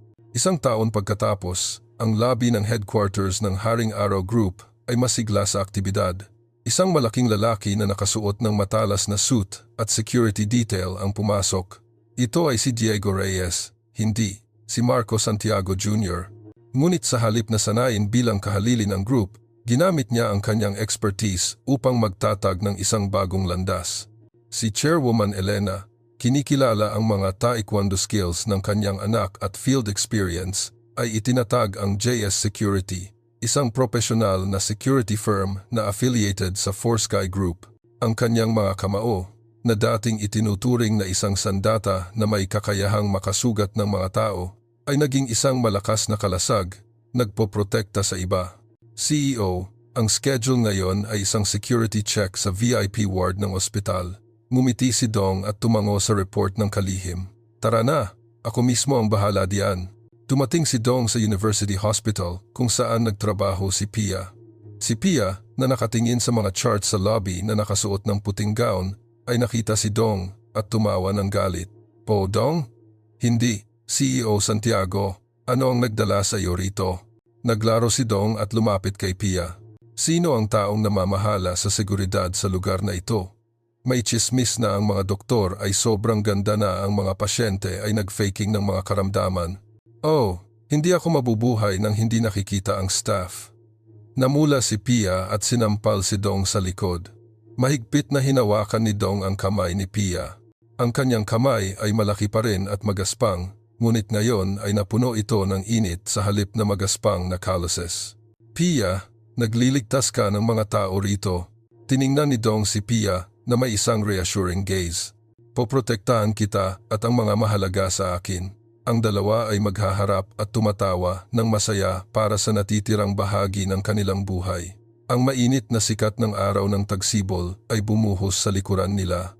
Para sa kanila, na nagdusa sa mahabang winter tunnel at matinding bagyo, isang maringal na tagsibol ang sa wakas ay dumating. Ngumiti si Chairwoman Elena Reyes Santiago nang may kasiyahan habang nakatingin siya mula sa bintana ng kanyang opisina. Sa mesa ay may mga larawan ng kanyang asawa, ang kanyang anak na si Marco Jr. na lumaki ng kahanga-hanga at ang kanyang daughter-in-law, si Pia. Honey, huwag ka nang mag-alala. Ang aming Marco Jr. ay lumaki ng kahanga-hanga, hindi ba? Tahimik na sabi ni Chairwoman Elena sa larawan. Isang miraculous bond na nagsimula sa malamig na ulan ng isang redevelopment zone. Ito ay isang regalo mula sa langit na nagdala pabalik ng isang nawawalang pamilya. Ngayon, hindi na sila malamig. Sila ay magiging pinakamainit na hearth ng bawat isa. Kung hinawakan ng kwento ngayon ang iyong puso, mangyaring mag-subscribe at i-like upang maaari kong patuloy na dalhin sa inyo ang mga kwento na magdadala ng kagalakan sa inyong pang-araw-araw na buhay. At mangyaring mag-iwan ng isang mainit na salita ng paghihikayat sa mga komento para sa taong ang kwento nito. Ang isang solong salita mula sa guro ay maaaring maging isang hindi malilimutan na alaala para sa isang tao.